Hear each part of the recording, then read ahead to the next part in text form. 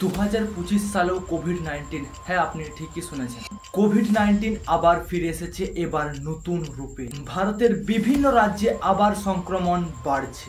মহারাষ্ট্র, তামিলনাড়ু, কেরালা, মুম্বাই, চেন্নাই, আহমেদাবাদ এবং পুনেতে কোভিড-19 এর সংক্রমণ বৃদ্ধি পেয়েছে। বিশেষজ্ঞরা বলছেন এইবার সংক্রমণের পেছনে রয়েছে নতুন ভ্যারিয়েন্ট JN.1।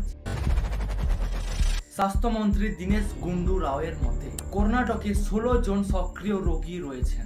স্বাস্থ্য মন্ত্রণালয়ের তথ্য অনুযায়ী ভারতে কোভিড-19 আক্রান্তের সংখ্যা সামান্য বৃদ্ধি পাচ্ছে। 19 মে পর্যন্ত দেশ জুড়ে 257 জন সক্রিয় রোগী রয়েছেন, যা দেশে বিশাল জনসংখ্যা বিবেচনায় খুবই কম। সরকারি সূত্রের বরাত দিয়ে পিটিআই জানিয়েছেন, ভারতে বর্তমানে করোনা ভাইরাসের পরিস্থিতি নিয়ন্ত্রণে রয়েছে। বিশ্ব স্বাস্থ্য সংস্থা WHO 2023 সালের মে মাসে বলেছিল যে কোভিড-19 মহামারী শেষ হয়ে গেছে, কিন্তু ভাইরাসটি এখনো বিশ্ব জুড়ে ছড়িয়ে আছে। তবে ভয় পাওয়ার কিছু নেই, এই ভাইরাস বেশিরভাগ ক্ষেত্রে হালকা লক্ষণ তৈরি করেছে, জ্বর, কাশি, দুর্বলতা। তবে সতর্ক থাকা জরুরি। তবে ভয় না পেয়ে সচেতন হন, কারণ আমরা যত বেশি সচেতন থাকবো তত সংক্রমণ কম হবে।